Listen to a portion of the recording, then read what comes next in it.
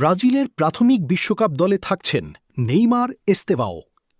২০২৩ সালের অক্টোবরে উরুগুয়ের বিপক্ষে ইনজুরিতে পড়েন নেইমার।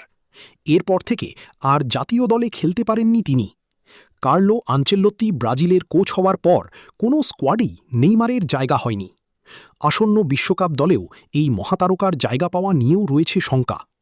তবে ব্রাজিলের ৫৫ সদস্যের প্রাথমিক বিশ্বকাপ দলে থাকছেন নেইমার। শুধু নেইমার নয়, প্রাথমিক দলে জায়গা পাবেন চেলসির তরুণ তুর্কি এস্তেভাও। এমনটা জানিয়েছেন ব্রাজিলের খ্যাতনামা সংবাদ মাধ্যম ও গ্লোবোর সাংবাদিক দিয়েগো দান্তাস।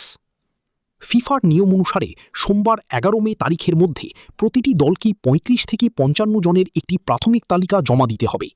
ফিফা এই তালিকা যাচাই বাছাইয়ের জন্য ব্যবহার করবে, এটি প্রকাশ করবে না। একজন কোচদের তাদের প্রাথমিক দল থেকে ছাঁটাই করে ২৩ থেকে ২৬ জনের চূড়ান্ত দল ফিফার কাছে জমা দিতে হবে। কোনো খেলোয়াড় চোটে পড়লে এই চূড়ান্ত দলে পরিবর্তন আনা যাবে, তবে নতুন খেলোয়াড়কে অবশ্যই ১১ মের প্রাথমিক তালিকায় থাকতে হবে। ২ জুন বিশ্বকাপে অংশ নেওয়া সব দেশের চূড়ান্ত ২৬ জনের অফিসিয়াল তালিকা একসঙ্গে প্রকাশ করবে।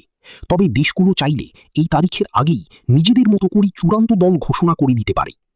ব্রাজিল ভক্তদের আসল উৎকণ্ঠা থাকবে ১৮ মে নিয়ে, যেদিন বিশ্বকাপের চূড়ান্ত স্কোয়াড ঘোষণা করবে কোচ কার্লো আনচেল্লোত্তি।